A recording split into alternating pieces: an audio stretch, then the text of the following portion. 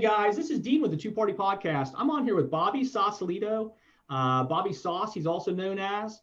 I just want to welcome him to the show. He's a first-time guest on the show. I'm hoping he'll be back in the future. We like to get all our guests to come back.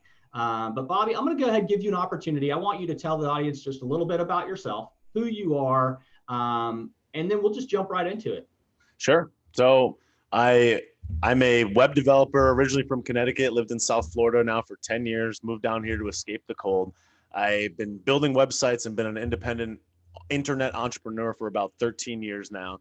And I started making kind of like funny political views or videos on Instagram because I was so frustrated with how insane everything was. I always made myself to be, quite a kind of a funny person, but never really knew that it would be funny on a large level. I had an Instagram video kind of have some virality back in August. I had 1,500 followers, mostly friends and people that I'd known throughout my life. Made a video about the DNC the first night after it started, and got 60,000 views overnight. And then I was like, let me see if I could do this again. So I started making videos every 2 days. Eventually realized that up until the election, I could really turn up the heat. So I started making them like 5-6 days a week. And now I do live streams. I kind of like put my business on the back burner, and I've been yelling in my phone on Instagram, Facebook, and YouTube for the last 4.5 months. And people seem to really like it. The account's growing a lot, and I'm just along for the ride.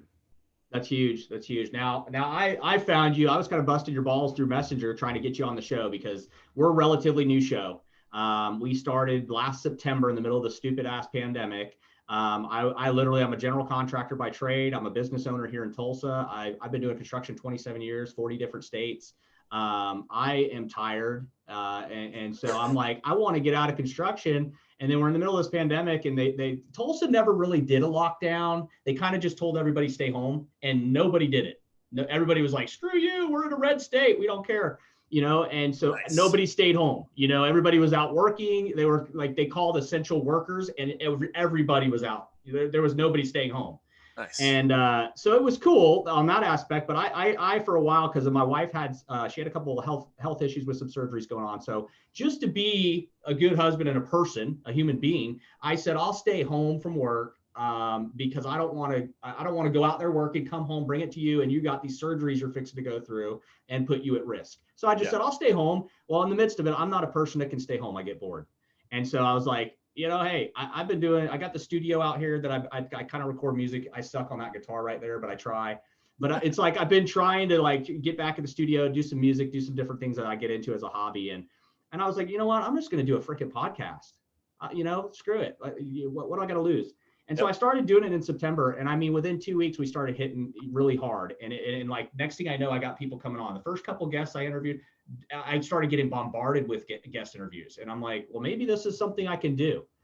And my wife's always telling me to shut up because I talk too much. And, so that kind of was like, great, that's nice. And she's like, you'll be great at this because you never shut up.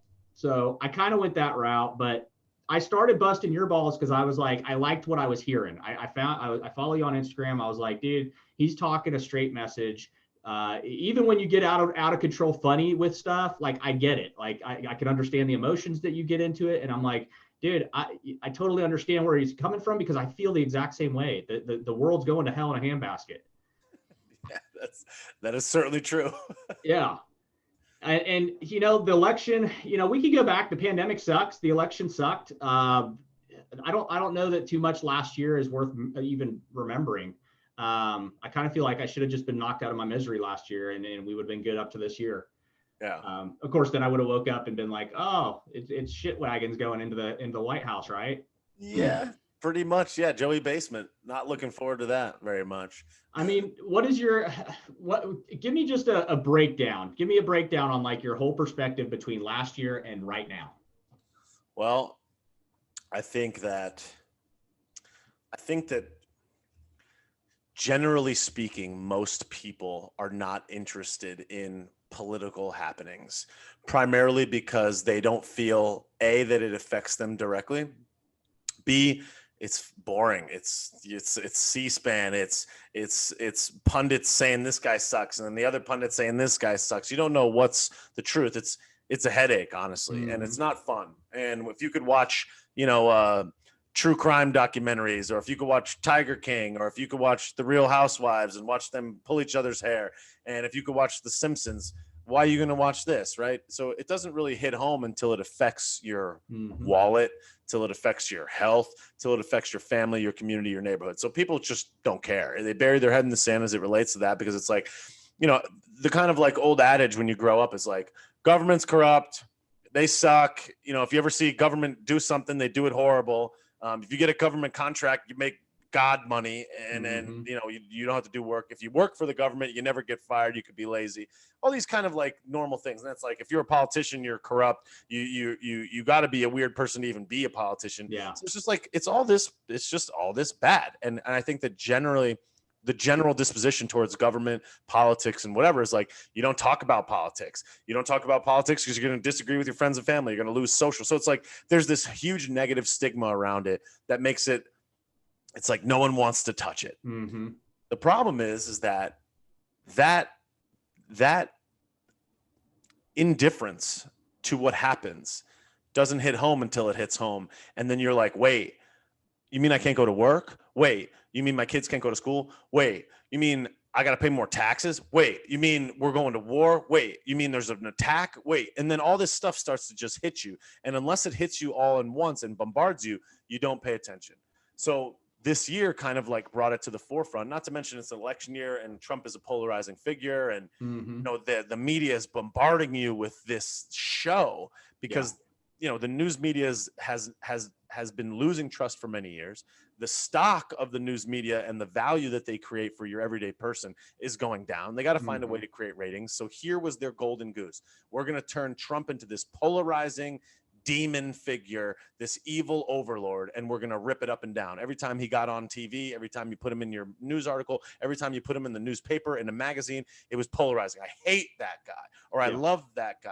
It's this emotion. And in media, and really just in anything, but especially media, if you can instill emotion, you can get attention, because people are either very, very in love or very, very in hate. And that emotion causes sharing, commenting, interacting, and thus raises your stock and value. So I think that what happened is you got all this stuff that's hitting home, and then you got this polarizing figure that's everybody loves to hate. And then you got the other side of people that like finally understand, and then we all want to hate all them. And then it's just like, it just became this huge divide where it's like, if we can pit these two factions against each other, we've got must-see TV. So you have the combination of these two things, and then you have this China virus coming in here, and now it's affecting everybody. They're home, they're looking at their TV, they're looking for answers, and they go to this exact same structure that they've never trusted, never paid attention to, never cared about. And here it is, clapping their wallet, clapping their kids' lives, and infecting their daily life. So now it's like, wait, which side are you on? Now it's like, I can't just to choose a side now. Got to pick a side. So it's like, who's the easiest side to pick? Who's the surface level guy that's easy to hate? And and nobody wants to pick the losing side. Right. You want to pick you watch TV, you turn on 10 TV shows, and it's like, Trump is a demon, Trump is a Nazi, Trump is a racist, Trump's a white supremacist, Trump. And it's like, fuck that guy. Fuck that guy. You go to a concert, they're like, fuck Donald Trump. It's the easiest guy to hate. And the problem is that everybody goes that way initially because it's easy. You're convinced. It's just the people that look deeper, as I like to say, you look deep. They look a little deeper, and then they're like, wait a second. You mean that this is the first president to get to not put us into a war in years and years and years? You mean this guy is helping to create peace in the Middle East? You mean this guy is moving the embassy to Israel when all the other presidents said they would and then didn't? You mean this guy is going up against all the people that have been lying and deceiving us, and he's telling them right to their face, you're fake, your news is garbage, which everybody knows if they ever get in it. And this guy is completely outside of the box. He can't be bought off. He can't be sold. He can't be sold. He's not beholden to anybody. He's not taking a salary. He's doing all the right things if you look below the surface and below his character and rhetoric. If you can get past the media, like just past, the reason I do the news breakdowns, we call it on our show. The reason I do those is I don't usually read through the articles. I literally go through the headlines, because you can read through the headlines of anything nowadays. And most people are so dumb in America. We've dumbed down the nation and the society that you can literally just read headlines. When you see two people arguing on Facebook, what are they doing? They're arguing and posting articles. That's all they're doing is posting articles against each other. Like Trump said this, Trump said that. Well, look, it says over here on this headline. Nobody ever reads the articles anymore. It's like, and it's not even worth reading them anyhow because they're all op-eds. But it's like, it's so funny because we do the news breakdown, and that's why I do them. I literally do the news breakdowns because I try to express and show the audience, like, this is the idiotic headline you're reading, and then this is what's behind it. And I'll give a perspective of that. Yep. Because like you said, when you dig a little deeper, it doesn't take much. You don't have to be a genius to go research. It's like, I feel like we got to go back to the card catalog in the library when we were in elementary school. You know what I mean? The Dewey Decimal System needs to make a comeback so people will actually read. The problem is that generally speaking, in an instantaneously gratifying world, you don't want to do work, and laziness is the inherent default. The de facto process is let someone else serve me the truth. Mm-hmm. And up until this point in time, that has been moderately effective. My parents' generation, they watch the news. It's the 5 o'clock news. They like this anchor. They don't like this anchor. They don't like his voice. They like her voice, whatever. And that's the news. The news is the news. And you just assume that that's what it is. You read the newspaper. The newspaper was the one that was uncovering all the evil back in the day. And in a lot of ways, they still are. But like you said, it's like now news media they're political activists. Yep. They're not actually objective journalists, because objective journalism isn't a position.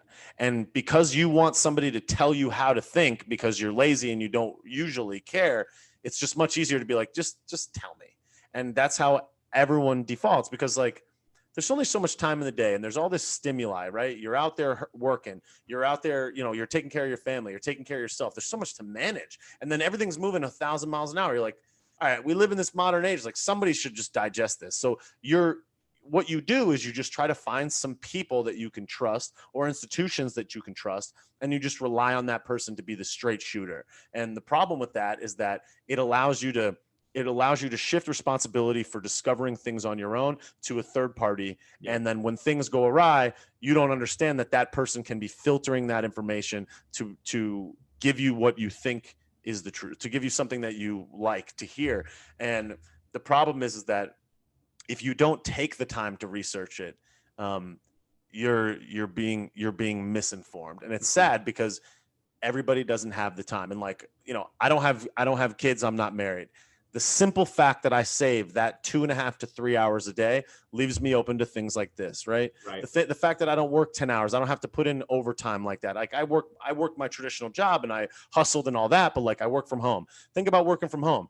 I don't drive to work. That's 30 minutes. I don't drive home from work. That's 30 minutes. I don't get up early to take a shower to put my dress shirt on. I don't have to go to the dry cleaners. I'm saving 30 minutes all this time throughout the week. So even just working at home avails me to an extra 4 hours a week that I can do research, right? Yep. Not having kids, there's another 4 hours. Not having a wife, there's another 4 hours. And that 16 hours is when I do this type of research, or at least when I did it in the past. So not every person has that. So when you start doing that much, you're like, yo, like people aren't seeing this. And Elon Musk said it one time, and I don't want to butcher the quote, but it was something along the lines of this. He's like, if I work a 50-hour week and everybody else works a 40-hour week, by the time we've gone 10 weeks, I'm a week ahead of you, or whatever the math is. Yeah. I'm a week ahead. If you do that for a year, I'm a month ahead. You do that for 10 years, I'm 2 years ahead of you. Something like that. Yeah. You get the gist. Yeah. So it's just like, if you have that time, I'm further along. And the fact that everything is hitting 24/7, new. It's like, you can't even keep track. It's not like learning how to cook a turkey. You learn it, you practice it, that's it. Now you know how to cook a turkey. Right. It's like, you got to decipher this stuff in real time. So your vast majority of people don't have the time. And then even if they did have the time, do they have the critical thinking depth necessary at that time of the day after working all day to really go deep and analyze it? And they just don't. Yeah, so most people are tired and they just get home, they just want to kick their feet off and relax. So people like you and me and whoever else, that people that look in, we're like sitting here like, yo, guys, the house is on fire. Right. And they're like, just call the fire department. You know what I mean? It's like, no, like we got to put this shit out now. Like, this is like, we're going to die. And it's sad because it's like, the house is on fire and everyone's like, I'm going to go out front and call the fire department and like, wait. Right. And that's just the general disposition. It's like, I don't need to protect myself. I'll call the police. I don't need to, I don't need to have a fire extinguisher. We'll call the fire. I was just going to say, I don't even think people carry fire extinguishers anymore.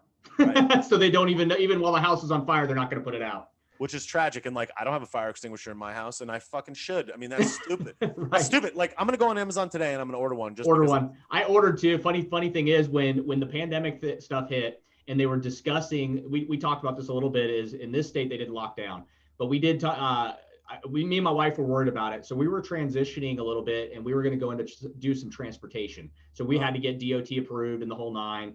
And part of getting DOT approved was your vehicles have to have, certain they have to have the certain safety and hazard, side of the road stuff, and extinguishers. So it's funny, you mentioned going on Amazon. So I did a whole search for fire extinguishers to have on our vehicles. So now we do have them at our house and we didn't before, it was like, well, if our house burnt down, I guess we just run outside, watch it burn.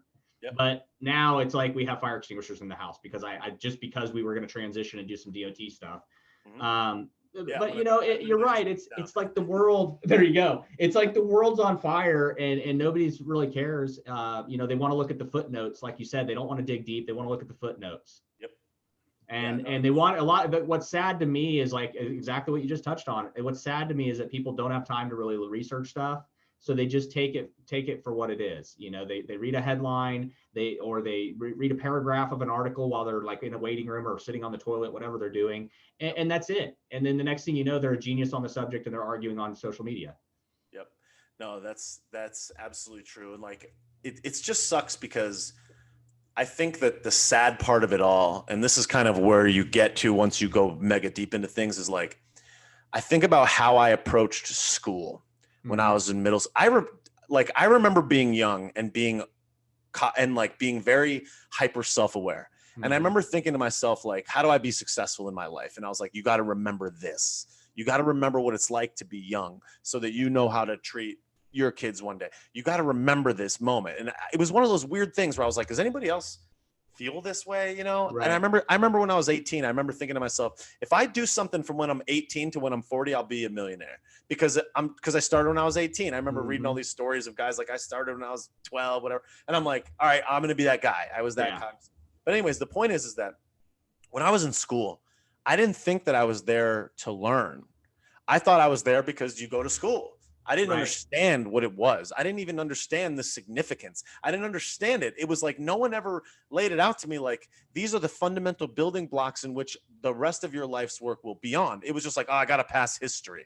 So it's like you read the cliff notes. You don't read the book. You don't think about why you should read the book. You don't understand the purpose. You just know that you have to do this. And it's because you are faced with this very, very binary objective, which is like, get this A so your parents aren't on your back. That's it. It wasn't about learning the shit. It was about passing the shit. Yeah. And that's because you have this kind of government indoctrinated school structure that's based on everybody doing the same thing. Absolutely no reward for being entrepreneurial. Absolutely no reward for being somebody that cares more about nature than they do about math or cares more about science than they do about history or whatever. It doesn't embrace your unique attributes that make you great. It doesn't embrace the charter school, trade school mentality that each individual person is uniquely suited and fit to do some things. And that is where it all begins. And that mindset structurally begins there. And that's another reason why I'm so interested in politics, because it's like, we're literally doing a disservice to the kids by not changing this shit. And I feel in a lot of ways disenfranchised by not my parents, but their generation, the generation before them, and really everyone, because it's like, wait, you let the Federal Reserve print us into oblivion. We're in a fucking $27 trillion of debt. Wait, you let us go to war and have all of this bad shit. Wait, you let these schools be dog shit. You let all this stuff be this way. Like, this sucks. And it's just that it all begins there. And it's like the school system is what I think one of the greatest threats to our value is that, like, there was no. I talk about this all the time. Why is there not a class on how to do your taxes? Why is there not a class on how to open a bank account? Why the actual fuck did no one ever tell me how a credit score worked before I was 26 years old? That is it's crucial. A disservice, a grave disservice. To not tell someone how a credit score works when they're fucking 18 is disgusting, in my opinion, because this single thing dictates so much in your life that it's just tragic. Why did no one teach me how to do laundry? Why did no one Right. teach me how to fucking iron? You know, Yeah. it's tragic. And I think that a lot of the problems in the world start there. And we're on this very, very volatile path. And what I realized, the deeper that I got into this, is that if we, me, you, don't individually input back into this, instead of just being like, fuck, this sucks. Yeah. We're no better than them. And to me, it's like a purpose call. And, you know, you could easily say like, you're just making videos on Instagram, or you're just blank, and anybody could dismiss, but I'm like, this is just how I know how to do it now. And I'm just doing the best I can to get the word out, to use the talents that I have to broadcast this message and try to make a change. Right. And anybody else that has a different set of skills should be utilizing and activating those skills to push back towards changing this, because it starts at one person. And that's why I'm here. That's why I talk like this. That's why I do this shit. It's not about making funny videos. It's about thought leading. And could I leave an indelible mark that will change how this would work in my own little way? You got to start somewhere. And this to me makes the most sense as the way that I can do it. That totally makes sense. And you said something that's very interesting, as far as like, you know, on several different aspects, as far as like, I remember growing up too, back in the day, you weren't, you know, you didn't talk about religion, you didn't talk about politics, you didn't talk about certain things. And I always thought to myself, this hit me like a couple days ago, when I was having this discussion about the same thing of how we never used to be able to talk about this stuff. But it's, I always wondered, if we weren't allowed to talk about politics, was it because the politicians didn't want us to get into their game? Because they were like, well, if nobody talks about it at the dinner table, then they're not going to know we're corrupt assholes, you know, because nobody will discuss it. But, you know, it's just a thought, you know, an idea. But as far as education, I agree with you there too. You know, when I was growing up, we had, you know, I guess maybe I'm 40, I'll be 45 next month. So, I mean, I don't know. How old are you? 33. Yeah. So, I mean, you're still, well, they still had these things in your school when you were in school too, because when I was growing up, we had marine mechanics, we had a shop, we had home ec, we had where they taught. Now I went to home ec because I wanted to know how to sew. I wanted to know how to use a keyboard, but there was hot chicks in there. That's why I went. That was just me back then. But it's one of those things, like, they had all these things, like you said, and they taught us certain things. And I remember there was only like once in school, I remember they gave out the little fake checkbooks, and everyone had to learn how to do their own checkbook and accounting type thing. But it was one time, one class, that was it. It wasn't extensive. They didn't, like you say, they didn't dive into business. They didn't dive into like, well, if you bounce your check, your credit's going to suck. They didn't tell us any of that. You know, there was none of that. Well, the thing is that what I remember from school is that those things that were actually valuable were very, no one expressed the significance of them. So let me give you an example. The home ec teacher was a pushover. As a guy, and I'm sure you can attest to this. If you had a female teacher, not that I'm fucking sexist, it's just that you're like trying to like work your angle. You're like, how do I like be like cute, stupid guy? Like, oops, like, sorry, Mrs. Such and such. Like, you know, like hit her with a couple jokes and like be kind of sweet and like kind of skirt by and be like, oh, I'm just the stupid football jock. Like I can't, you know what I'm saying? It's like, you work your angle. And I think that in high school and middle school, no one ever explained to us the severity and the meaning of them. They were like ancillary classes. Like, who cares? You got to pass history, but if you fail home ec, who gives a shit? And that teacher is like not the sharpest teacher, right? And not the best teacher. She couldn't control the room. She wasn't disciplined, right? Like, and the only teachers of home ec and gym and whatever that were very good were the ones that you're like, that guy's a dick, or like that lady's a bitch, because they had to be mean and disciplinarian in order to get you and fall in line. Whereas other teachers used intellect to almost like outsmart you into wanting to do it. You understand what I'm saying? Yeah. It's like there's two styles. Like I played a lot of sports. There's two styles of coach. There's the coach that scares the shit out of you. That tells you you're a fucking asshole. You're gonna run laps. You fucking suck. Then there's the other coach that makes you want to do well because he's so amazing. Like my high school football coach, I didn't want to disappoint him. He was like my fucking dad. And like, I didn't want to disappoint Coach Drury. He didn't say you're going to run laps. It wasn't punishment. It was positive. I wanted him to be like, great job. It's different teaching styles. That's the thing, is like your home ec, your shop, your graphic design class, all those guys, those were pushover guys, weak guys, beta style guys. And same with the women. And they didn't have that. They didn't use intellect to outsmart us into doing the right thing. If the teacher had given us incentives that made us want to bake the best quiche, want to sew the best thing, if they could have used that intellect, that sharpness to get us there and help us understand the severity, it would have had more impact. So what are the classes in high school that didn't fucking matter? At least certainly didn't seem like they mattered. And I remember this vividly because, like I said, I was hyper aware in high school. Home ec, whatever. Shop class, I'm like gluing shit. The guy was a pushover. Like, you pass as long as you were, as long as you were buddy with the guy. We always hit out. Like shop class, we always like hit out in the lumber pile, and exactly. That was it. Exactly. No value to it. Teacher didn't even look for us. Then what else? Yeah, health class. I had a health class teacher. My health class teacher, God bless her, 350 pounds, huge. Right. We're in the, you know what I mean? We're not even, whatever. We had a class called School to Career. And it was all about analyzing what your skills are as a person and how it would bring you to a career. That could have been the most crucial class ever. And where were we? We were in the computer lab. 90% of us, the smart ones, we sat in the back row where we could play video games until she came over to look at our stuff. Stupid. They should have been in a circle. Just shit like that. It wasn't value, and like you outsmarted. Then think about other classes that didn't matter. Gym, exercise. You think about, you're like, oh, gym, we're gonna play dodgeball. It wasn't like, hey, we like, how many sit-ups can you do? How many push-ups can you do? This is how you do yoga. This is how you breathe. Like this is the types of clothes well, none of that shit. It's do jumping jacks, square dance, and that's it. None of it was never important. Yeah. And I think that's the thing, is like the classes that would have or should have been the most important weren't. And the classes that you really could have learned about history, it was like write a 5,000 page book. Right. Yeah. Instead of understand the severity. And it was always what to think, not how to think. It was always what to think, not how to think. It's like, this is what happened. The Indians came to America. They discovered America. No possible, maybe you should question this. No.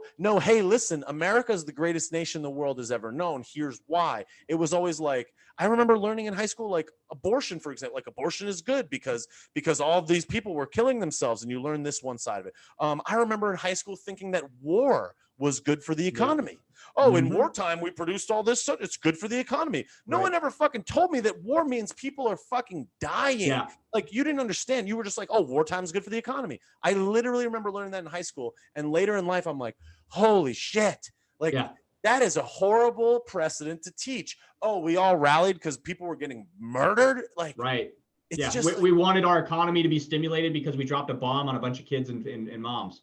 Yep. And there would literally be like a question on the test, like what times were the most beneficial to the economy? It's like World War II, World War I, like when everyone rallied around, not about like all the people that lost their lives, not about how whatever. And like, I'll say this, it was the women went and worked and they helped produce the bullets, and there was a lot of that stuff, and that was great, but just not giving us the depth of understanding to recognize what it means, just what it is, but not what it means, not what the purpose is. And, I remember writing on the checks, like you said, but it's like, hey, listen, guys, like, you're going to really need to know how to do this. I just feel like in a lot of ways they didn't empower us to understand the severity of what we were learning. And this is just one of many, many problems that I believe government has the capacity to destroy and also the ability to rebuild. And the sad part is all those people that are like, don't talk about politics. Politics are not something to chat about. Oh, don't watch the such and such. And, every politician's corrupt, blah, blah, blah. It's like you continue to indoctrinate that over time. And like, that's how we end up in this shit. Sadly. Yeah. And I feel like, I've always said from day one, like since I was little, I've always been like, live free or die. That's always been my motto. I was born in Portsmouth, New Hampshire. I guess that's where I got it because that was kind of their state motto. But I've always had that ingrained in my mind is live free. And by, to me, living free means leave other motherfuckers alone. Let people do what they want. If your neighbor's an asshole and does whatever your neighbor's doing, as long as it's on his property and he's not doing it at frickin' 3 a.m. when you're trying to take a nap or whatever, or sleep, like, just let him be free. If he's some crazy cuckoo guy, let him just be a crazy cuckoo guy. We're in America, the only nation where we have the freedom to be crazy and do what we want, supposedly. And so I always thought of it that way. And then, as I got older, like you said, I mean, I literally, and I talk about this on the show quite a bit, is, up through high school, I was always, my family, my grandmother, my mother, they always voted Democrat. And until I was 18 and actually got, the first time I got to actually sign, like, oh, I'm able to vote. I got my voter's card. I was all proud of it. And I'm a Democrat, and I'm like, oh, cool, I'm a Democrat. And then it wasn't until like my mid 30s where I was like, dude, the Democratic Party's freaking, I don't even get it. Like, what are we doing here, guys? We're trying to save the planet, but in doing so, all we're doing is throwing money to other countries or to some giant union or whatever we're doing. But are we really saving anything? I mean, are we shelling money out, and that money, it's like magically Mother Nature absorbs the money and it fixes things? I didn't understand it. So like in my mid 30s, I was like, this is all bullshit. This is everything I've believed, everything I was taught, everything my grandmother stood for and believed in the Democratic Party, everything my mom stood for in the Democratic Party didn't make any sense to me anymore as I got older. And even to my grandma, to the day she died, and it was 08, yes, 08, she passed away. Even to that day, she is, if she knew I voted any other way but Democrat, she'd be pissed. That was just how she was. Now, my grandfather was not. He was Republican. They would say that every 4 years was when they'd have to, you'd be like, you guys ever argue? Because they never argued. And it'd be like, yeah, every 4 years we argue. And it's, that was the joke in the family. And yep. But when I got older, it was like, I started really, like you said, I just started analyzing things better, like asking the questions, like, is this real? Like, just like you said about war, like war does stimulate, but what does it stimulate? And who has to suffer for it to stimulate something? Mm-hmm. Who has to die for it to help the other side of it? And so I did change parties when I was like in my mid 30s, and I was like, I'll be Republican. I'm not sure what it's about, but I'll be a Republican. And then, now as we reach like this stage that we're in now, I look and I'm like, as sad as the events of everything going on is, like, I still support the same ideology and policies that Trump had done for the past 4 years. I still support the Republican Party, not as a base, not as a party. I'm not going to rally behind the party because I feel like the party sucks right now. I think the Republican Party's really done a disservice to not only its base, but it's really done a disservice to the people that follow them.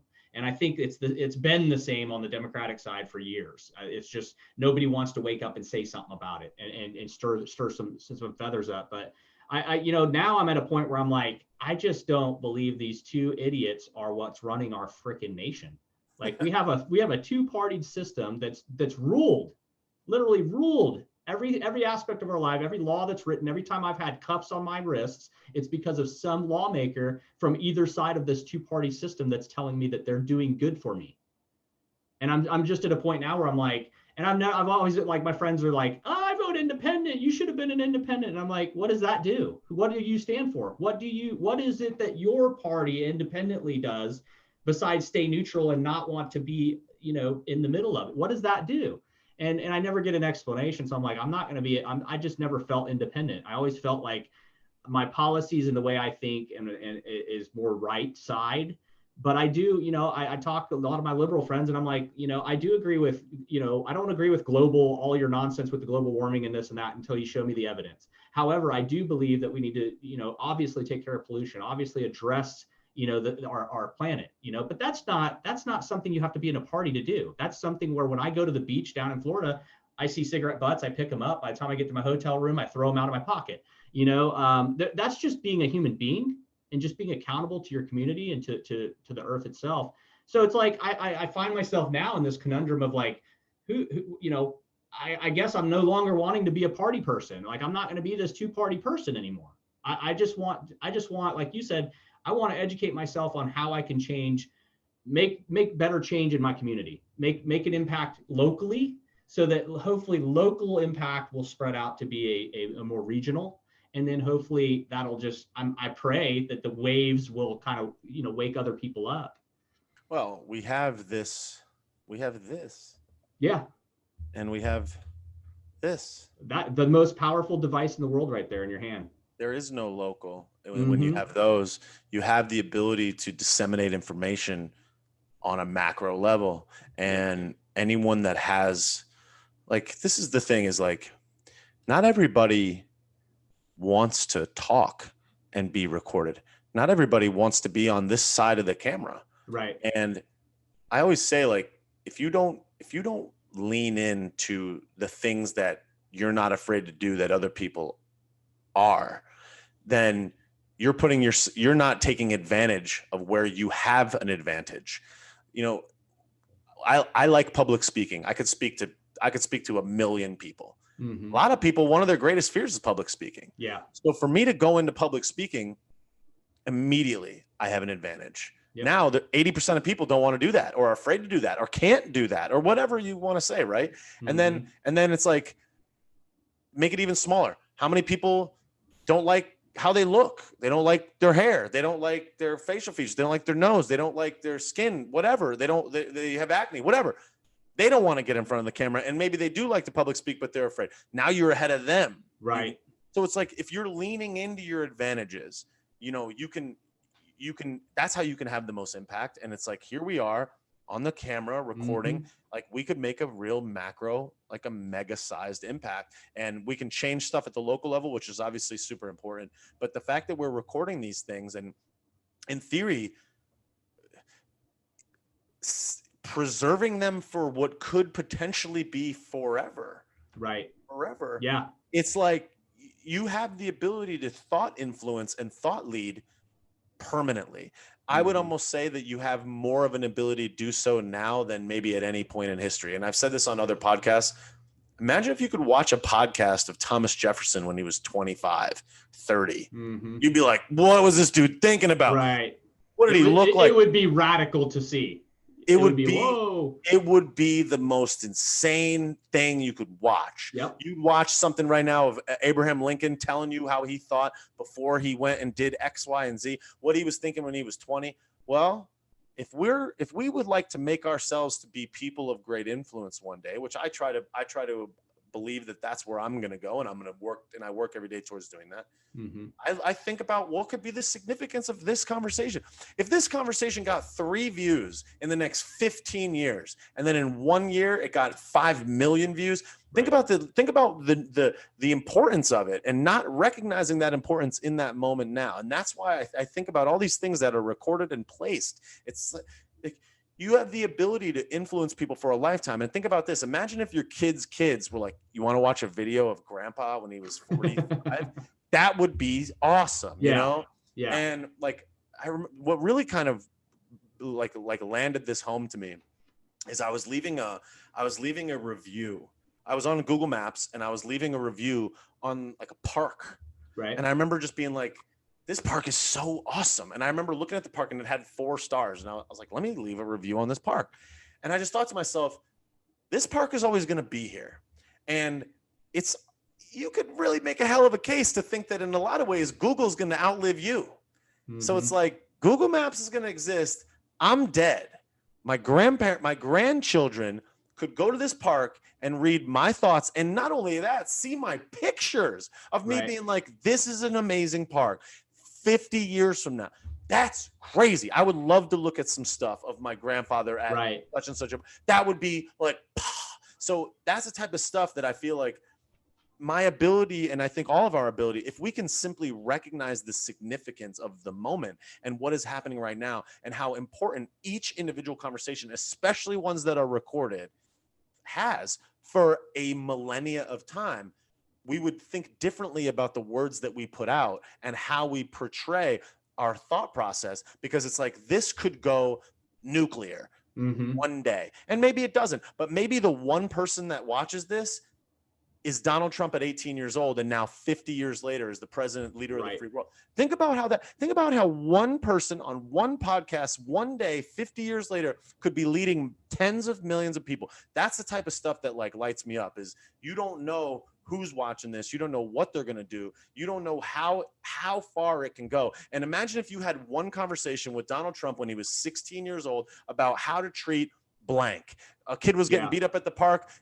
Donald Trump sees you save the kid, and you tell him, you know what, man, you see somebody that's down and out, you help them out. And then years later, this dude does that for 50 million people. Like, that's the type of stuff. It's like a single conversation, a single thought has the ability to just stretch a magnitude of distance over a lifetime. And that's the type of stuff that like really lights me up. Is we don't even know how important this stuff is, especially stuff that is recorded. Yeah, and I think it's huge. I mean, obviously being in the technology age, and obviously in the past, just because of the last year pandemic stuff, that the podcast industry has just quadrupled. I mean, it's everybody's a podcaster now, and I think you make a very valid point. It's very important that we document things. It's very important that we, because now we have more of an opportunity to do so than ever. And like you said, it takes one thing. I mean, it could be anything in life. I mean, I remember examples that kind of made me who I am, from whether it was my father or just different family members or just people in my life, influence, mentors. But it's just those certain things it take. Like you said, it takes one thing one person hears, and it can totally change the dynamic of the direction of that person's life or vision of where they want to be. And that's crucial, and especially in this day and age where we have nothing but followers. Everybody's a follower. And there's not, we're seeing less and less leadership in our nation, especially from our actual leaders. We're seeing less and less. It's all about group think. It's all about, this is what's popular. This is how you need to think. And if you don't, then what do we have? Which is the next topic I wanted to hit on. What do you have after you don't group think? You have censorship, like we're seeing now. I never thought, honestly, in a million years, when I was growing up in 2 Live Crew, and the freaking rap world went after free speech, and we saw like that was like the civil war of civil wars for when I was young, and I was like, that was crazy. It was like, oh, Uncle Luke just won in court for free speech, and now every rap album can cuss all they want and talk dirty about whatever. That was so impactful then, and now I'm looking now, and I'm like, where is freaking Uncle Luke right now? Where are these guys? You see him on social media. I've reached out to Ice Cube's PR person several times because I want to talk to that guy. I want to talk to Ice Cube, someone I listened to growing up. I want to listen to what he has to say about his black contract for America. I want to know where this all goes. And so it's kind of one of those things, like those guys fought for censorship then. And now we're living in a world where the president of the most powerful nation and the only nation where you can be free cannot even speak on any platform anywhere in the world. And it's just insane to me. Tragic. And yeah, I mean, when I was in high school and middle school, it was like Eminem is causing people to be violent. Yep. Marilyn Manson. Oh, that was massive. Everybody was a devil worshiper, Oh, Columbine kids listen to Marilyn Manson. Dude, that's the thing, is like a power that is unchecked takes small bits of over time, and each outburst, each incident, whatever, is an opportunity to make a greater power grab. And when you think about the what is it, the Patriot Act after 9/11,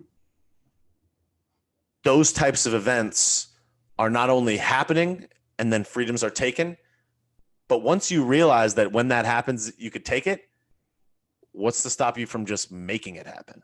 Correct. That's the point, is that we all get smarter.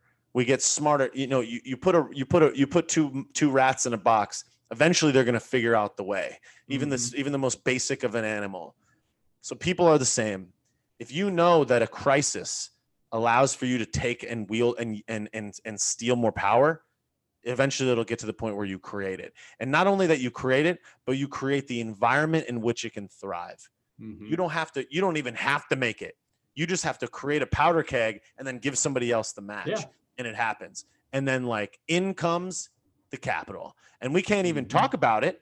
And like, I don't want to bring us there because we'll get fucking clapped. We'll get banned. We'll get, next thing you know, FBI is knocking at the door, wanting to question us of what we know. Yeah. It's tragic. And that's the thing, is like, that's the house on fire. You and I, we see a fire in the kitchen, and everybody else sees 80% of the house is fine. And they're like, whatever. Meanwhile, you and I both know, and millions of Americans know, that it'll only be a few minutes before this whole place is lit up. Yeah. And those are the people that freak out. Those are the people that recognize the severity and significance of this moment.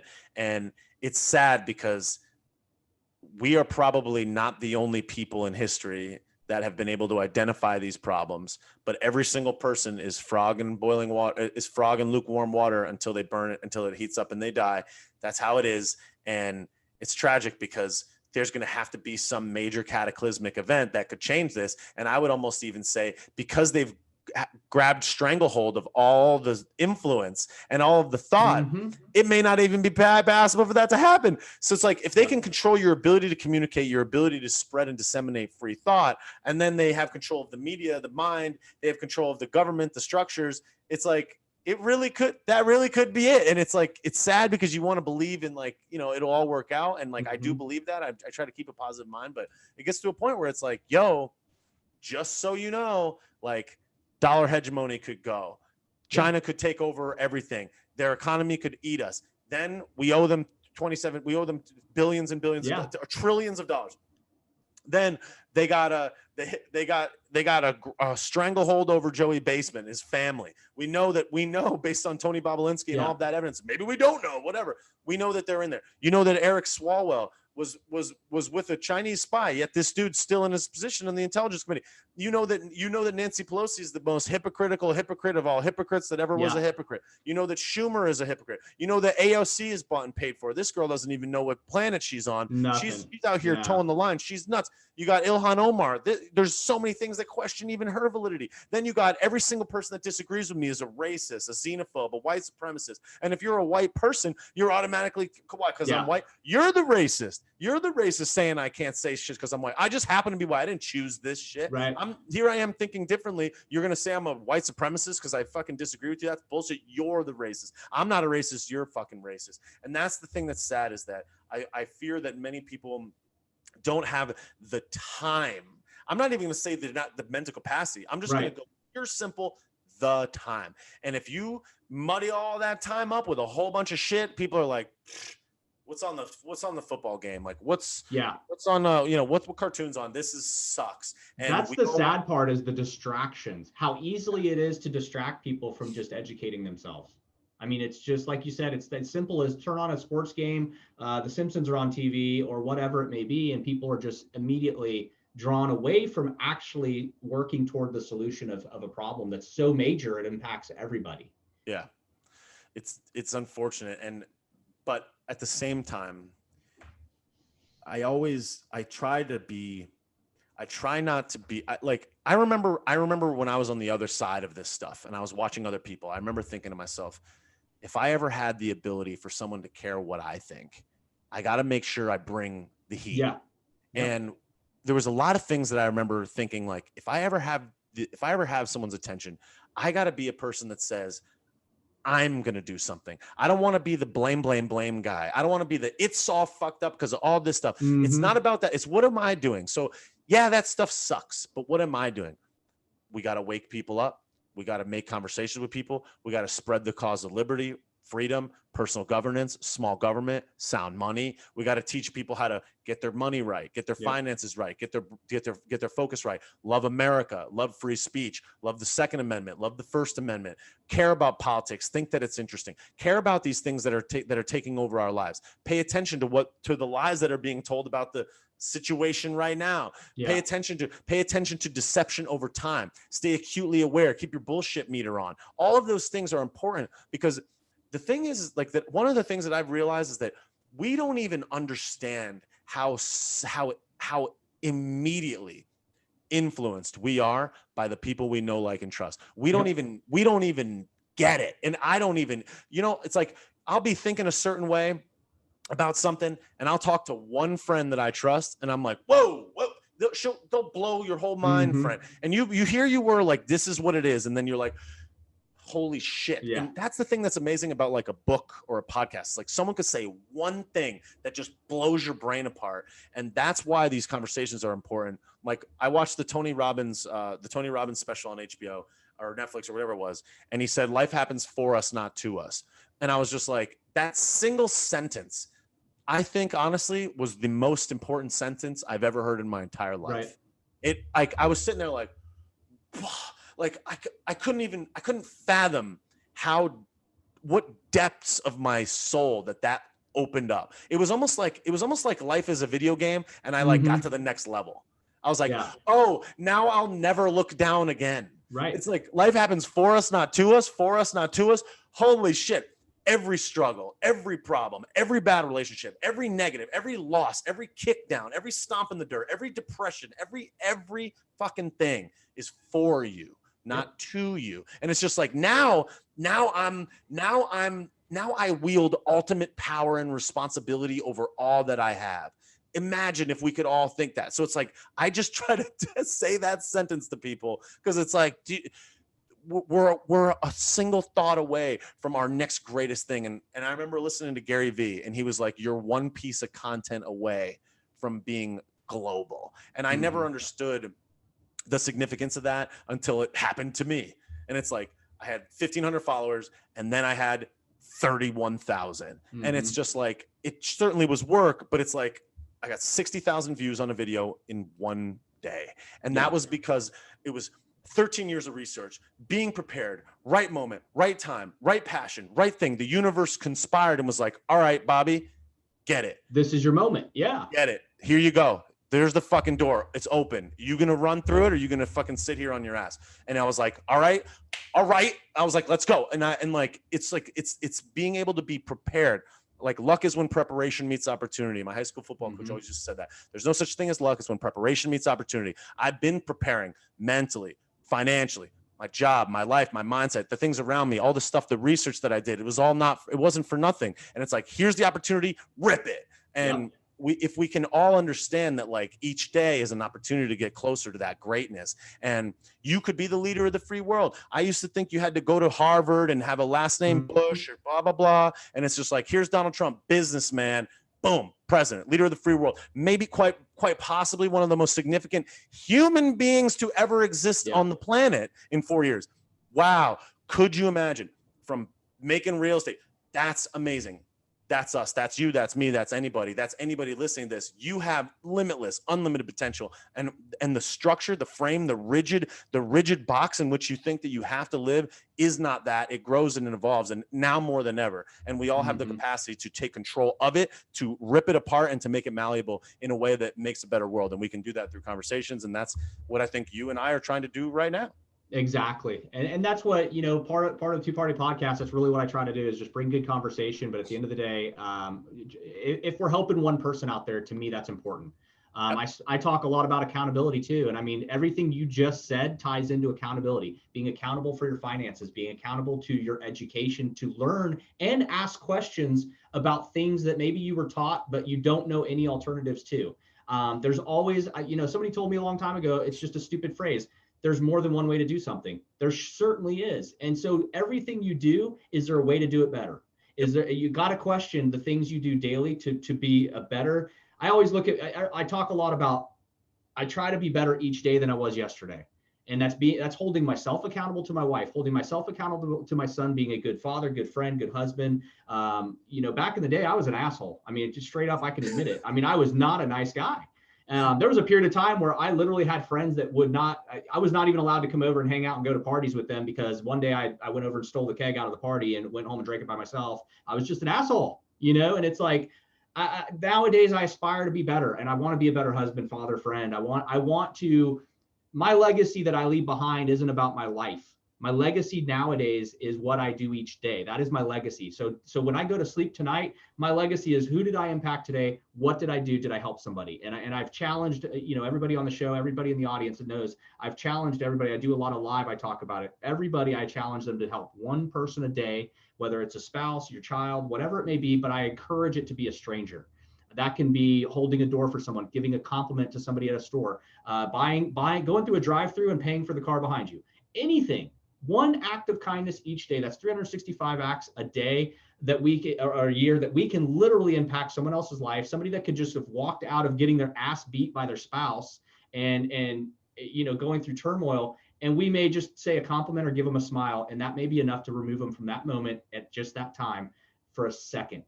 And what we do, being accountable to ourselves, it makes us accountable to others around us. And I think you give a strong message by saying we have to use our voice, we have to use our platform, but we have to really seek our talents, and we have to utilize those talents. Like you said, the opportunities, there's always going to be opportunities. what we do with those opportunities. Yeah. I mean, speaking on politics and just the course of the past year, I mean, the opportunities have been there for the GOP to make changes. They've held the Senate. They could have made all kinds of great legislative changes. What did they do? They sat on their hands. Yep. President Trump tried his best he had opportunity to make all kinds of changes in 4 years. He did everything he could physically do without being, berated against. And so he did accomplish a lot of great things in 4 years, but his hands were tied as well. And that's the thing is, like, we have to see it, run and go all in on it. And I think really what's important to me right now is family. Obviously, my health is key to me. I mean, I'm every day I'm working out. I wake up as early as I can. I get at least an hour to 2 hour workouts in, and then I go to work. And then, if it's a day, usually Thursday, Fridays, I'm in the studio doing podcasts. The rest of the weeks and days, I'm usually out, doing construction or bidding jobs, or lately I've been doing some new ventures with some friends. And so I just find, like, we have to get past the events of the past. It's just like they tell you, like, don't dwell on the past. Well, let's not dwell on 2020. Let's not dwell on the loss of an election. Let's not dwell on Trump and the secret operation that's not ever going to happen. Let's start, that kills me. Yeah, I mean, the Q-tard stuff kills me. It really does. I still have friends, literally, I still have friends posting daily, 1-3, 1-3, it's coming, 119, 121. And it's like, nothing's coming, guys. The only thing coming is Lady Gaga is going to be at the inauguration singing, running the anthem. And then you've got, basically the celebrities and anyone with money and influence now owns and rules our country. That's what's happening. You've got a party of people that are supported by big money that are now going to dictate how you're going to live and all your legislative qualities. It's a grim outlook. And as much as I want to believe that, there's going to be the Kraken release, and I think that there's a lot of substance to a lot of that stuff, mm-hmm. Not all of it, but a lot of it. It's kind of like the example I give to people is like O.J. Simpson. Yeah. We all kind of think, and like pretty sure, and we're probably right, but you can't prove it in court. It didn't happen. Mm-hmm. And that's the thing, is it's like the thing that messes me up is, it's like, in the event that Donnie is playing 5D chess, as everyone has suggested, mm-hmm. and those Dominion voting machines were used. It's not like they weren't used. They known that these were bad for years. Why didn't he start talking about this in 2017? Yeah.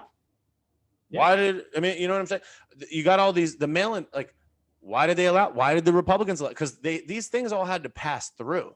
They had to pass. So it's like, you got a lot of people that are corrupt. It's either like everybody's corrupt and the corruption just won this time, which I think is probably highly likely. I'm leaning towards the corrupt has won. So what that means is the severity of that, if true, is like, that's it. We have nothing. Mm-hmm.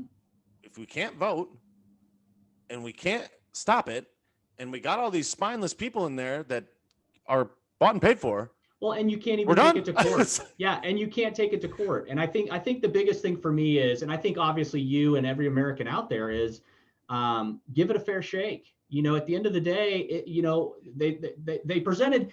I'm not sure if you listened to the hearings. I was listening to some of the congressional hearings on the impeachment stuff, and I was listening to even on the certification stuff. And a lot of these lefty congressmen, leaders, whatever you want to call them, would step up and they'd say, well, he had his chance in court, and every court all the way to the highest court said there was nothing. And they kept reiterating that there was nothing, there was nothing, there was nothing. And the thing that gets me is that there was something. No matter even if you were in some little podunk town in the middle of nowhere, there was something that was it wasn't normal in this election. And a lot of states, almost every state, I think if we went back and reviewed 50 states, I think it's not just the swing states. I think the swing states were made a big issue. And I think that was part of the legal battle that he had and his legal advisors. They made a mistake by assessing only the swing states. And they should have just said, we want to investigate the entire election, not just 6 states. And I think that was part of where they started going off track, is making a focus of these are the ones that will help us win versus all of this election's bogus. And I think what we got to look at is there was evidence, no matter how you look at it, there was inconsistencies in every state, in every election, up to the 1% mark, which most states is law to review and audit. And so I think by the media, by them having the corrupt power of the media to bury the articles or bury the facts, basically, we got duped. We didn't get the fair shake, and he wasn't going to get a fair shake in court. And when you reach a point in any country where your court system isn't going to hear both sides and review evidence, they're literally going to kick it out. And then the next court takes it and they kick it out. And then the Supreme Court takes it and they're not even going to look at it. What's the point of the Supreme Court if we can't have them review lower cases, you know? And so that's where it's like, to me, like you just said, did the corrupt win? Yeah, the corrupt won, because you can't even get a fair shake. If you and I went and got arrested doing something stupid, we can't even go to court. You know, we can't go to court and expect to get a fair trial if the president of the United States can't get an election looked at. Yep. And that's the kind of the nation we're in. And just like you were saying, I mean, I'm trying to think positive. You know, I'm trying to move forward and not focus on the negative of it all. But I am focusing on what I can do, and you know what anybody can do to just make more impact. I've said from day one, I say it a lot. I used to get involved a lot with our local city council and city politics, and I tell a lot of people, you know, whether it's for you or not for you, you still need to know what's going on in your local community. The way you get involved with making change is you step up for your local city council. Then you go from city council to your state level. Then you go from your state level and you just keep stepping up and learning about it, the process. And that's one way to impact if you're that type of person, if you're wired that way. The other way is, like you said, just it's literally about getting the information out there, sharing, speaking up. And I heard the interview you had the other night with a friend of yours. I can't remember his name, but you were on there live the other day. With Ian. Totally. I love that guy. Total respect. I watched that for quite some time, and I caught it, and just very intellectual conversation. And at the end of the day, it boils down to what I heard him say that I really liked was a misinformation. You know, there's so much crap. People are just shooting shit right out of their mouth, and you hear about the Q-tard stuff and this and that. And what that is most likely that is a left-wing idiot sitting in a basement typing this crap up for people to believe, and they're falling for it. And they're like, oh, look at how stupid they look now. They're falling for this theory I made up. But what I liked about Ian was saying was that we've got to stop the misinformation. People got to stop just posting what they think or they believe they read is right. And you got to actually post the facts, and you got to stick to the facts. And I loved hearing that conversation between you two. And when he brought that up, like, you know, there's so much crap out there that you really got to focus on the facts. And a lot of people won't, but the few that will, you, I, him, and some of the audience that's listening, I know that's the key to all this. Like I said, I mean, I got my press credentials. They literally sit in here now because I get calls and I don't even want to go. I don't even want to go do stories. I don't want to go do any of it. I don't want to deal with it, because I know they're going to send me in, and no matter what I put up, the editor is going to turn it into some bullshit story. You know, They're going to take whatever fact I bring up and make it an op-ed and change my headline. It's infotainment. Yeah. That's the thing, is at the root of all things, which we all hate to admit, but is so true, is that money dictates what happens. 99.999 times out of 100, that's what it is. And you can't demonize money, but because it's just an instrument, it's just like a hammer or a screwdriver. It's just a tool. It's like a car. But ultimately that's where a lot of people cave, is that you don't have people that have that interest of all, that have that backbone, that have that community, that have that empathy, that have that, I don't even know what it is, but not everybody thinks like us. And that's the sad part, is that a little bit of money can dissuade people to do really bad things. And a lot of the times this stuff happens this way because many are motivated purely by greed. And, you know, they'll make their news organization an activist organization if it sells more ads. And I get it. Survival. It's survival. But we all have to understand, which I think is an important message, is that if we can only be aware that that's happening and understand that just because you see it doesn't make it real, just because you hear it doesn't make it real, just because an institution or a person suggests it doesn't mean that it's real. It is up to us, and only us individually, to validate any piece of information that comes into our life. And Correct. it sucks. It sucks. Trust me, it sucks. But it's your responsibility. 1 month on news, eggs are bad. The next month, eggs are good. Mm-hmm. Everybody's different. We got to take, and you said it before, personal responsibility. We all have to be more cognizant of the importance of personal responsibility and how and the example that sets for others. You fight with police officers, you grab a knife, you get tased and you kick a police officer in the face, you get shot. Yeah. Sorry. Maybe you should have fucking thought about that. That's not about black. That's not about white. That's about take some responsibility for your shit and don't fucking stand up for these people that are whatever. I was watching this. I follow a lot of the left-leaning stuff just because I want to understand both perspectives. I do the same thing, and I don't see anything wrong with it. I do that. You have to know how the people you're discussing or wanting to have a conversation with, you have to know how they think. Yep. I was watching this thing about this guy that recently got executed. And, it was like this black guy. They're like, this guy, like, oh, the Trump administration savagely, slaughtered this guy, whatever. And they were talking about how he changed his life, turned his life around, whatever. And I'm like, all right, let me give this 5 minutes of time. There's 10,000 comments of people sharing. I'm like, let me give it 5 minutes of time. I read the story. This dude and his buddy, they got into a car with people that they intended to rob and steal from. The guy shot him in the head. The guy lit the car on fire. The woman burned to death in the trunk of this fucking car. Yeah. Fuck that guy. Yeah. Fuck that guy. He changed his life, though. He changed his life. Fuck that guy. Exactly. Yeah, good for you, man. Fuck you. So it's like, that's the thing is, it's like, I'm sorry, but you murdered two people. You burned some. I don't care if you're 19. The guy was 19. I get it. And maybe there's more details to the story. And, for anybody that's going to be triggered by that, forgive me that I don't know more than what I read in my 10 minutes. And sure, I could be wrong. But if it's true that that's what he did, and it seems to me like it probably is, I don't think it's a black thing. It's like this guy got caught. He went. Obviously, the guy was in prison for 30 years. Like they had every opportunity. So it's like, like I'm not saying that the guy needs to die. I'm not saying capital punishment. I'm just saying, should we be mourning and celebrating and saying that this is some horrendous act and not talk about the personal responsibility of you burned a woman to death? Right. And like, the difference is he's the headline, not the woman who died in the trunk. Right. I'm like, what? And I wrote a comment and I was just like, what am I missing here? Right. Like, and it's just, that's the thing is it all comes back to depth, and really what it all comes back to truly is time.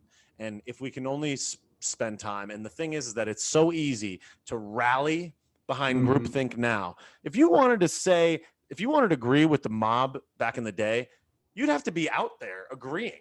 Now you're taking a dump and you just fire a post off and you're like, I'm virtuous. Yeah. Don't come for me. You throw your pitchfork from the toilet, you know? For lack of a better analogy. Right out. And that's the thing is I'm like, it bothers me because, and I've said it on my posts a million times. It's like the people that are the least aware often are the loudest. And it's sad because I know so many well-meaning people, good people, smart people that don't look beyond the depth of what USA Today says about something. They don't go and look at 7 perspectives. They don't look at it from both sides. They don't take the time and that alone and their disposition to like, I know what it is. I'm going to read things that validate my theory. I'm not going to look at it from the other side. It's just tragic because you have well-meaning people that are otherwise very good and very smart and very intelligent, very capable, that get trapped in emotion. And I think in a lot of ways get manipulated by their emotion. But what I will follow that up with is I am not infallible. I'm not perfect. And I am subject to the same things as you. I see it. I fall for the traps every once in a while. I catch myself and I'm like, I was a dumbass. I read that article. I believed even 2 words of it and I'm a dumbass. And I do it too. If we could only spread the message of let's all get better and let's try to validate depth before we speak, it would be better. And the dissemination and the negative and all the bad, I think that a lot of that stuff would go down. And it's kind of like when people say, if I recycle my stuff, it's just one person recycling. And it's like, if everybody thought that, then we'd have no recycle. You know, it's the same thing. It's like, except I think even more than recycling, even more than not eating meat, if that's your thing, even more than driving an electric car, is how you behave as it relates to ideas and thought. And I think that that has far more of an impact, although not a physical, tangible, real impact that we really don't understand the severity of. And here we are thinking that we're so good because we drive an electric car and we don't fly on the plane as much as we have to. And, we don't order out, we order in, we buy local, blah, blah, blah, blah, blah, whatever it is. But we don't think about our thoughts and the things that we say and do in the same way. We're just like, well, I'm good because I do all these things. I go to church, or I have a Kia, I have a Prius, whatever. If only we could understand that our thoughts have that same type of impact. And all of us get better. Like, I'm not going to sit here and blame. Like I said, I'm not infallible. I make mistakes too. It's just that if someone's going to take their precious finite time and listen to what I have to say, I'm going to try to say, let's all get better. Here's a simple and easy way that we can change the world by just simply thinking differently ourselves, acting differently, speaking differently, and taking a little bit more time to research the depth of something before we sound off, and not virtue signaling. And I think that those little things will impact mega over time. I agree. You and Ian talked about evil the other day, which I thought was very interesting, because that's kind of what we're up against here in the world. A couple things I want to touch on before we get off here. I know you're a busy man. I don't want to keep you too long. Vaccine, what do you feel? Yes or no? Well, I think that first and foremost, I'm not a medical professional, so I don't know. And that's the thing that's sad about those, is that the vast majority of people aren't. It's kind of like, I was just saying to my friend the other day, she made a video that was appealing to business owners. And I'm like, 95% of people aren't business owners, and it's like, so as it relates to this topic is touchy because I'm not a medical professional. What I can say is that I think there's a couple things that I think are important. One, I understand the value of vaccines. I understand that a mass of people needs to be vaccinated in order to prevent certain things like polio and other stuff like that. I understand the severity, and I'm not anti-vaccine, right? Because I don't know. Again, like I'm not outwardly anti, and I'm not outwardly pro. I would say that I'm more pro than not, to be honest with you. Right. I'm not going to sit here and be like the polio, like I don't know, because I don't have that depth of understanding. So I would say that I'm probably more pro. I got a flu shot. I got one. Look, but what I will say is, here's the obvious facts. You have the fastest vaccine ever brought to market without long-term human trials in the history of time. Okay. You have several different companies that are saying that it's 95%, 93%, 90 whatever percent effective, whereas the survival rate is that high as well. Higher. Right? Yeah. I have a different look on things because I'm lucky. Don't get me wrong. I've been blessed with good genetics. I take care of myself. I exercise. I eat right. Yeah. I get sunlight. I try not to be stressed out. I stretch. I've done yoga many times, and I lift weights. I do cardio. I make sure that my air filtration system in my house is clean. I make sure my water is clean. It's all about taking care of yourself. I mean, you got to stay healthy. I mean, at the end of the day, even if this wasn't a pandemic, you got to take care of yourself. Right. So it's like, I don't have pre-existing conditions. I'm in my mid 30s. I'm white, it's like all of these things. So I'm generally in a low risk class. So it's easy for someone like me to be like, well, anything, like my immune system is fairly good. And I'm not going to, I personally, it's not something that I think I need to, or think I want to take. Certainly not now, maybe someday. Certainly it seems like they're going to force it on me, but it's not something that I want to do. So for me, the answer is no. In fact, it's more of a hell no. Yeah. But at the same time, I'm not going to act like I know what it does, how it works, or any of the details of it. I just know that all I can decide for is myself. My parents are 65, 68. I know my mom wants to take it. I'm sure my dad probably will as well. That's their decision. I'm not going to even Mm-hmm. spend time thinking about it. I pray that it doesn't hurt them. But at the end of the day, what my parents told me growing up, and what I'm so thankful for them for, is they never told me what to think. They taught me how to think, and they let me make my own decisions and my own mistakes, and thus allowed me to celebrate my wins myself.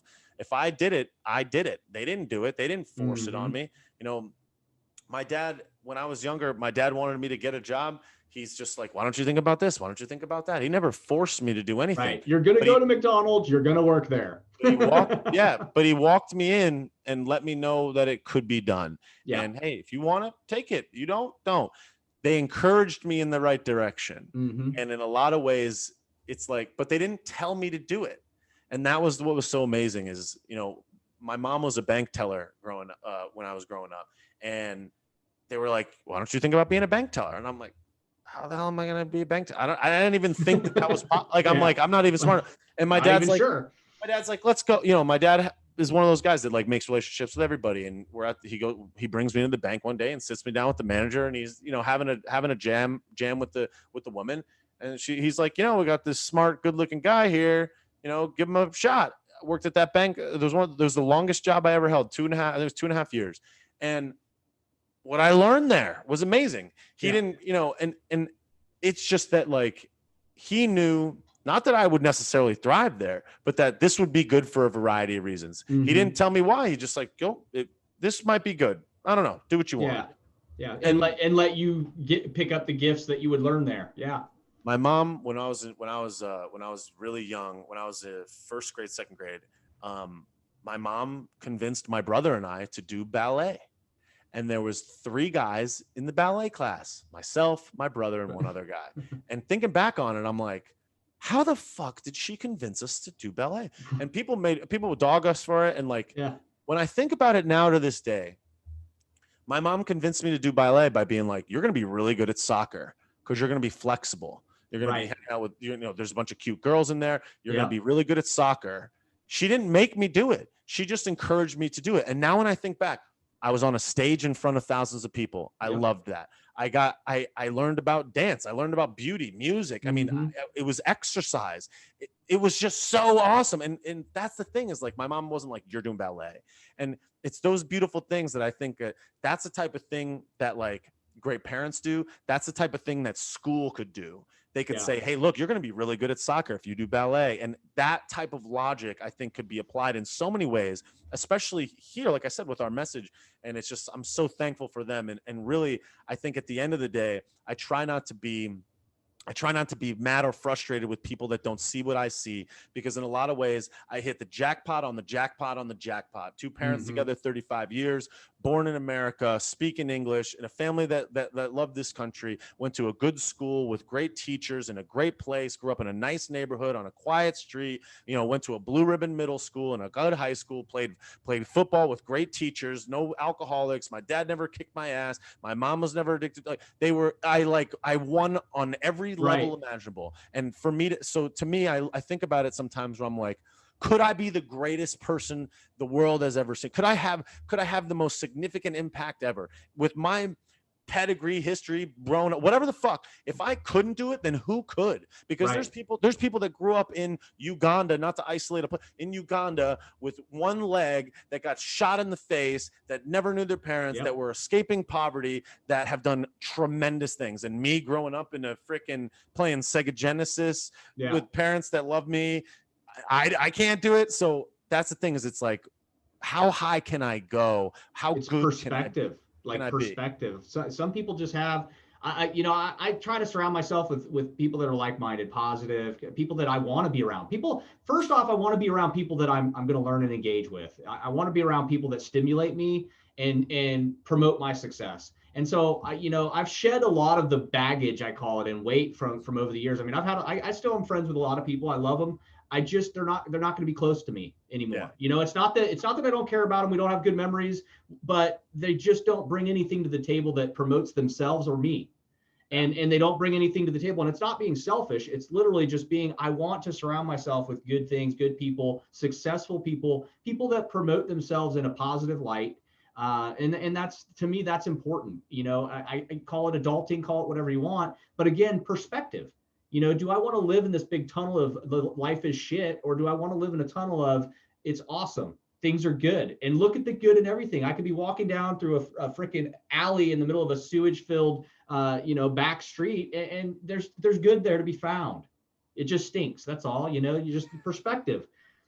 Two other things I wanted to touch on. Now, we know this year is going to be different, shall we say. Economy is one, and the other one I want to touch on is real estate, because I have a vision that this economy, first off, today I just caught some of the crap media that we get, and I saw that now Biden's plan that he promised us $2,000 stimulus checks, now it's $1,400 he's doing. And then he's also going to start printing off his COVID stimulus bill is now going to be $2 trillion. So he's adding that to the one that they forced Trump to sign, playing politics. So some people will get the 600. Me and my wife, they told us that it's where we fall in the category where if we were to get the 600, we have to do it as a tax credit, which I think is crazy because we're not the only ones. There's other people that actually are suffering, non-business owners, people that are struggling right now, lost their job, who were expecting the 600 to kind of help them. And now they can't even get it because they have to write it as a tax credit. Well, most of those people didn't even work last year. So why are they filing taxes? And so now I was watching the news a little bit of it today. Now we went from Chuck Schumer and Biden saying, yep, as soon as, we get this certified, everyone gets $2,000. Now we're at $1,400. Now we're going to print off $2 trillion more dollars that we're already our great grandkids will be paying this shit off. If not, Chinese kids will be. And so unfortunately, I think where we're at right now is the economy is going to tank because if they're going to do all this right now in the beginning of this dude's presidency, there is no way we're not going to see some sort of a serious recession, which we're already kind of pre-recession right now. Business owners know it. I feel so bad for some of these businesses going under. And then, of course, the second vision that I have that I wanted to touch on or have you talk about a little bit is real estate. Because right now, I don't know how it is I know how it is in Florida because I have a lot of friends down there that are real estate. So I know the market there is amazing. When I left Florida in 2013, I had a house in Indian Rocks Beach that was about 150,000 on market. When me and my wife last were down in Indian Rocks Beach and looked at that house, it's going for $1 million, and the guy has not changed a damn thing.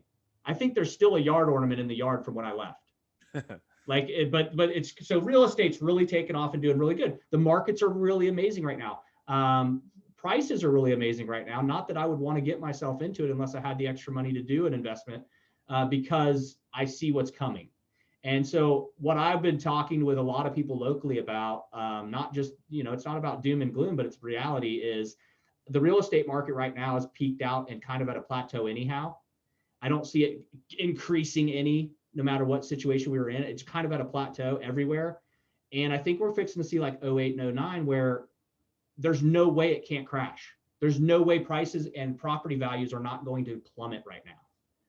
What do you think? Am I on the right lines? Do you even agree at all? Yeah. I mean, I think that I listen to economists. I listen to successful economists a lot. And I do too. I listen to Peter Schiff, and he's very like, it's all going to hell. And I have a lot of respect for him and his perspective. I think the secret key that to me explains everything is the Federal Reserve Bank. Mm-hmm. And I think that it is the very highly likely, the single and only reason why we are not in this massive cataclysmic hellhole. Because when news is good, the stock market goes up. Yep. And when news is bad, the stock market goes up. And is it going up in real terms, or is it going up in dollar terms? So I think there's an incredible amount of inflation that's creeping on us that we don't even see. And that's the whole beauty. That's how government works. They just get you, they give you $1,400, but it's worth what $1,000 was worth 6 months ago. That's the whole game. They put 600 in your right while they take 500 out of your left, and you're like 600. So the Federal Reserve Bank is the crucial cornerstone of all of the reason why I think that we're not there. Now, on top of that, though, they've been kicking the can down the road for decades and decades and decades. And you could argue that they've been successful at doing so. On top of that, you have the U.S.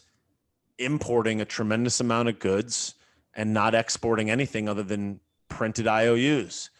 So in the event that there was to be this cataclysmic clapping of our whole structure, it would be dollar hegemony coming to an end. It would be everybody being familiar that we've been goosing the structure in a lot of ways. And I think that that threat was never as omnipresent as it is now, specifically as it relates to China being in financial control of the world. And them being our competitor as far as value of dollar. Let's think about it. China has a larger population than us. China has a tremendous amount of resources. China has a lot of very large trading partners. China's people are in many ways oppressed and living in subpar conditions for pennies on the dollar. They export hundreds of thousands of young kids here that learn science, technology, and math, and then bring that education back there. We export all of our manufacturing skills, all of our intel, all of our IP, and they steal it. They manipulate their currency much like we do. And then on top of that, we're in debt to them. Now take all that and then put a arguably dictatorial kind of structure, a socialist communist structure. It's like, how is that not going to win? Then put somebody that's woefully unaware or aware or bought and paid for, that's, worked hand in hand with them, taking bribes from them in a lot of ways. Maybe, we don't know. Okay, what's the word? Allegedly. We won't know now. We won't Never know. Hunter Biden will be chilling in the White House again. So add all those things together, and I think that certainly could happen. I certainly hope that it doesn't, but it could. Now, I would say, so, I am a business owner. I got a PPP loan. We did too. I got an SBA. I got an SBA loan. We had to. Which objectively is like out of control. Low interest 30-year loan. I mean, that's like a mortgage. It's like, I think our payment plan when it starts up this year is like $27 a month. I've never had a credit card that was $27 a month. Come on. So I basically have like a mortgage. That's 30 years to pay off. And look, I'm thankful for it because it helped me. But but you know what I did with that money? In a lot of ways, I reinvested it. I bought equipment for the business, and it did some of what it had to do. But what it allowed me to do is it allowed me to not worry so much about my personal savings being there to support the business. So I took some of my liquid personal savings, and guess what I did with it? I bought stocks. So I didn't use SBA loan money to buy stocks, but it made me more comfortable in the business that I wasn't going to need to pull out of my pocket to finance. So it enabled me to take my personal liquid savings and be more risk averse with it, and put it into stocks and buy other things. Like you could buy a nicer car, or you could buy a nicer, you could make an upgrade at your house, or whatever is the case. And a lot of these things are good. It's not all bad, but the point is that artificial injection of stock market money, because I'm using printed money, which is nothing money, which is inflationary money, is what is largely responsible for a lot of this. And I think that we're going to see a lot of that at the gas pump. We're going to see a lot of that in the grocery stores, and I would say that we already have. I think we already are, and with me in the construction industry, lumber is through the roof. You try to get pressure treated lumber at this day and age, it's off the chain. To even most stores are out of it as soon as it comes in, and if not, it's double the prices. And then they're like, Corona. Yep.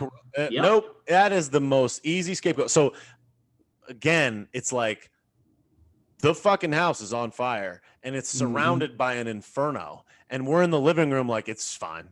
Yeah. It's like, bro. So yeah, what I will say is I do believe that holding hard assets is better than the cash. Correct. And I would agree that real estate may go down, and it probably will. However, I do believe that hard assets are better than cash. Yeah. And I believe that even above that is cash flow. And so I would say that real estate historically is a good bet. It has ebbs and flows. Always has been. Yeah. So it's like, I think if you play the long game and you purchase real estate or purchase hard assets or cash flowing assets, that would be very wise. Yeah.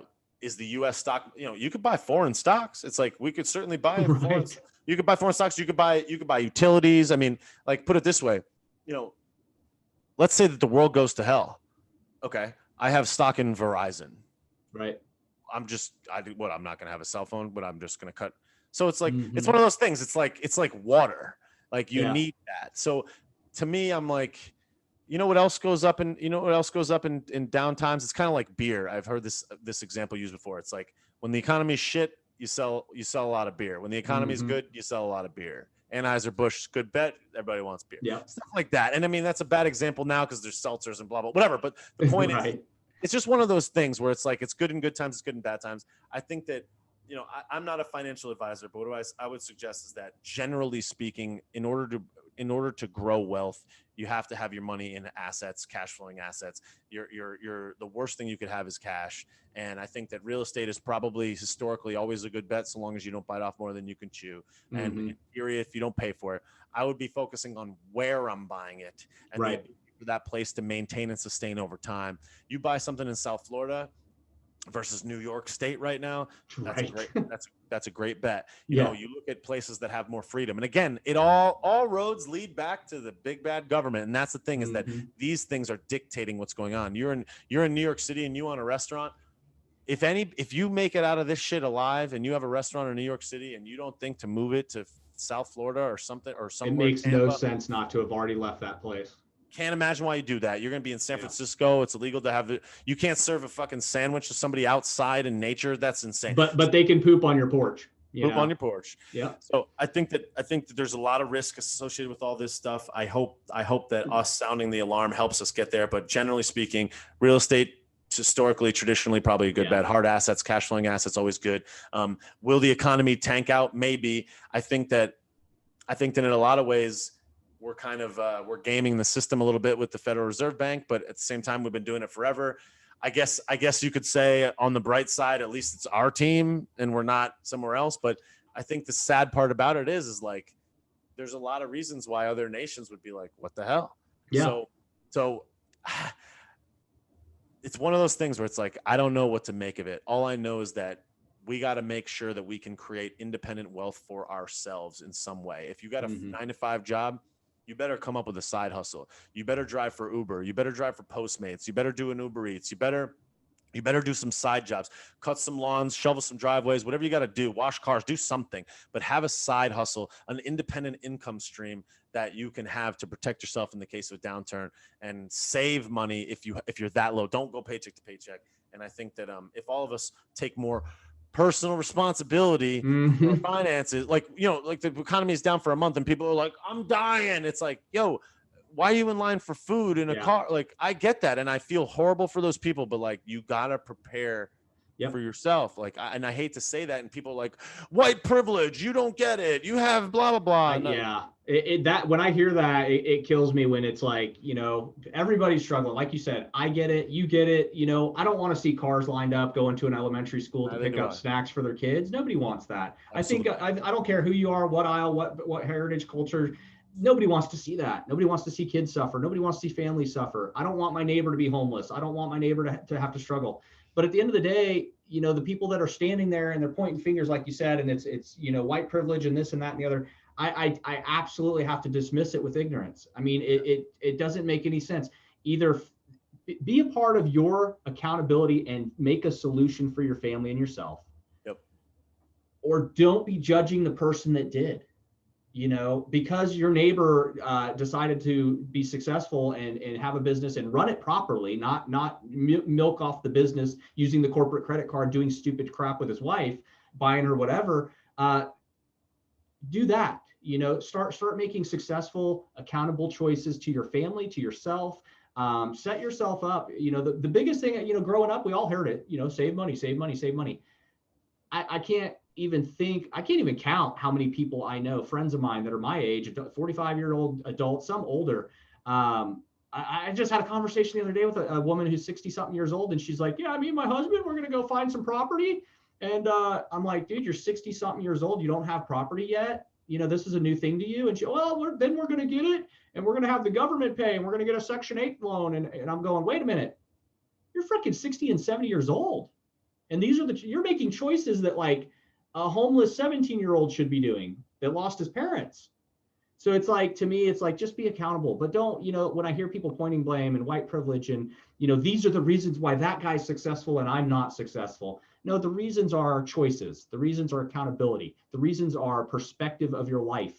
You know, if I'm judging my life and putting my life on a scale next to Bobby Sausalito, I'm not going to ever get successful because I'm too busy focusing on him getting successful. Right. And that's ridiculous. That's ridiculous. Sadly, and you're absolutely right. I mean, that's an uncommon disposition. Sadly, the theoretical leader of the free world and his cohorts are constantly saying, good, hard paying job. Job is your identity. And I'm from Scranton. I don't know any guys that have stocks and fucking AOC. Oh, I don't know any, most people, I don't have money for corn, but I don't have stocks. Dog, there's a lot of cheap stocks. Yeah. Stocks are 50 fucking dollars. What do you mean?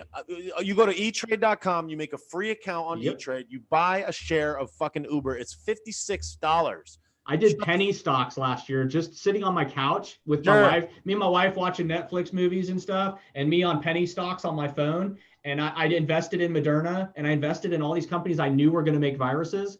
Bam. I cashed out, made $100 on penny stocks. Yep. And I'm like, I don't understand why you guys can't invest in anything. $20. You're not going to look down your nose at me. You're going to have a stock. It's like, no, that again, it's victim mentality. Yes. It's propagating the victim mentality. It's AOC acting like people that own stocks are rich. Mm-hmm. I wouldn't make myself to be rich. And it's like, and when I started buying stocks, when I was 25, I started buying Facebook stock because I knew that Facebook was going to go up. I'm an internet person. I knew it. It was $35. It was $40. When I got a free $1,000, my bank account had $2,900 in it or $3,500 in it. And I bought $500 worth of Facebook stock when I had $3,500.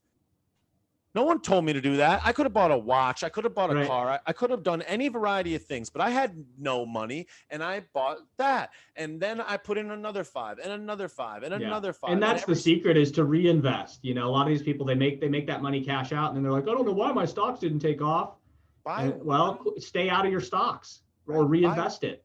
Buy one share of Uber. It's $57. Uber's a huge company. It's growing gangbusters. I think it's going to be great. I have holdings in Uber. I like Uber.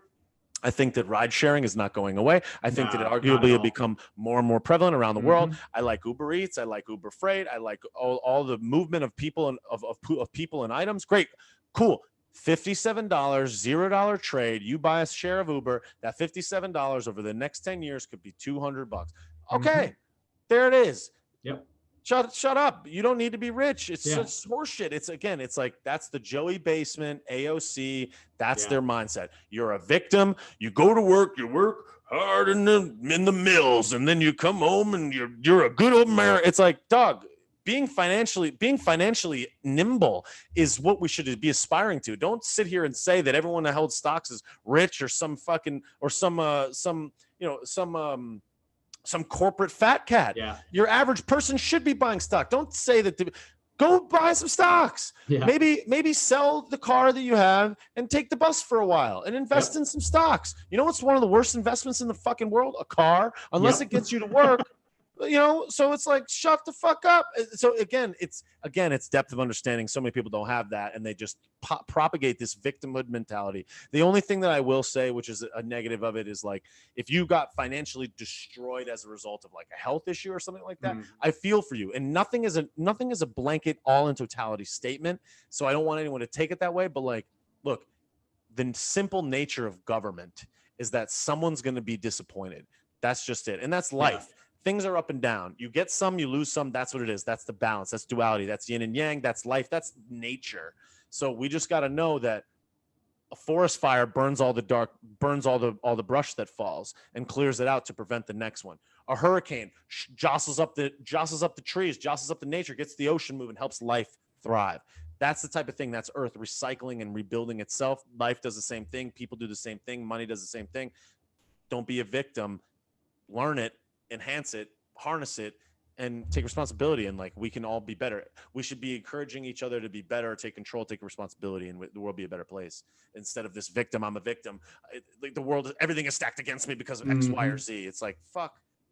Yeah. There's never been a greater time in human history for people of all walks of life to prosper as right now, right here, right in this moment, especially in America. So that message is complete horse shit, and it saddens me that that's the shit that gets broadcast out. And these are the theoretical champions of the little guy as they squash the little guy with these negative thoughts. And again, like we said before, it's those thoughts. It's the thought dissemination. That's where the real problem begins. And here they are at the top. Joey Basement, AOC, Bernie Sanders, living wage. You need a living wage. Right.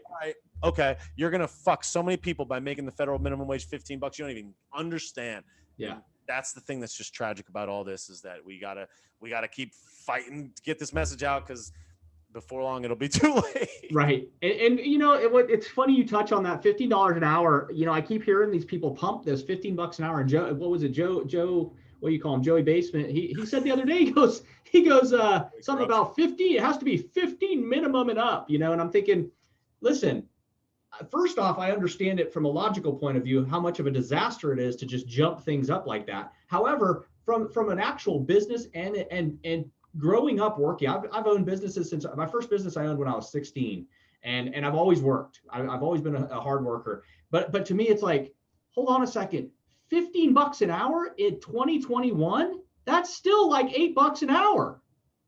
That's still bullshit wages. So if you're going to raise the living wage and it's going to cost everybody millions of dollars, you're going to hand everybody $15 an hour who is not good stewards of their money. The minimum wage, there should be no minimum wage. No, it should be, you should be valued. No, you should be valued at what you're worth. What kind of an employee, what kind of an asset you are to a company. What kind of salary do you deserve? If you go to McDonald's and you're spitting in people's food and you're throwing it out the drive-through window at them, you don't deserve to start out at $15 an hour. You don't. There's no such thing as deserve. Yeah. Not deserve. Mm-hmm. It is market set prices and private agreements between an employer and an employee. There's no deserve. Yeah. It is a market dictated price. If you don't like that price, work somewhere else. Yeah, there's options. That's America. If you don't live in the right town and that town doesn't have opportunities, time to move. Look, I'm sorry, but it's what's his name? I forget who said it. I forget his name. Whatever, his name's not important right now, but he said it's easier to wear slippers than carpet the whole world. And that's the thing, is like, change your shit, figure your shit out. We can't save everyone. We're human beings. We're adaptable. We're like the most intelligent species that we know of. Yep. Why would we not be able to move, adapt, and do different things? Yeah, like, I can't move.